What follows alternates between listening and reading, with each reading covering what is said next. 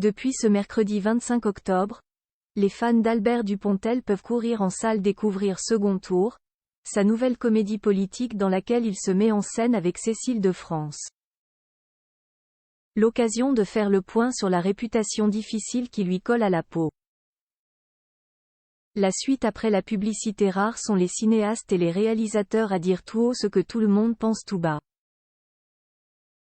Albert Dupontel, lui, en fait partie.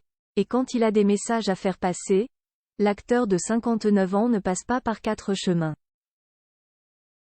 Dans Second Tour, sa comédie en salle ce mercredi 25 octobre avec Cécile de France, qu'il retrouve sur grand écran, Albert Dupontel campe le personnage de Pierre-Henri Mercier, un candidat dans la course à l'Élysée dont la campagne présidentielle est scrutée à la loupe par 2 journalistes. Une manière plutôt rigolote de pointer du doigt certains agissements de la part des politiques autour des comptes de campagne.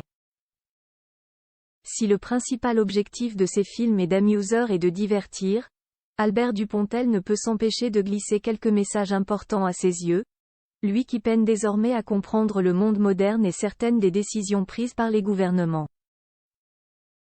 Albert Dupontel n'est pas du genre à tourner 7 fois sa langue dans sa poche, mais il n'en a pas besoin.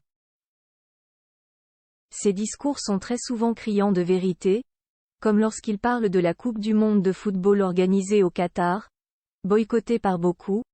Ils sont soupçonnés de subventionner le Hamas.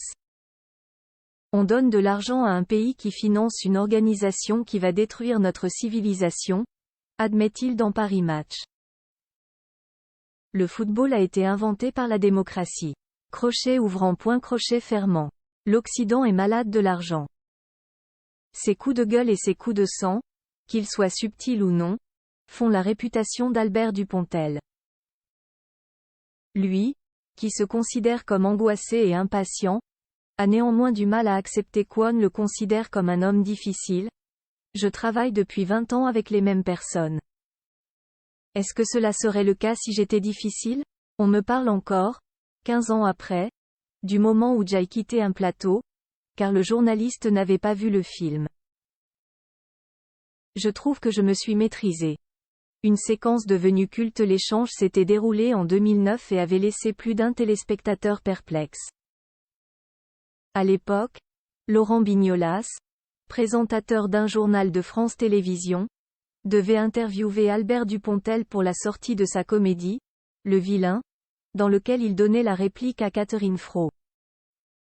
En duplex avec le réalisateur présent au Festival du film de Beauvais, Laurent Bignolas avait eu le malheur d'avouer qu'il n'avait pas encore vu le film sur lequel il était sur le point de l'interviewer.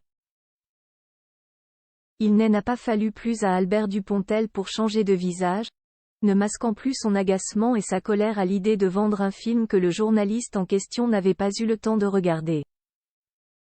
Très en colère, Albert Dupontel avait même fini par quitter le plateau. Les relations se sont heureusement détendues depuis entre l'acteur et le journaliste. La suite après la publicité. La suite après la publicité.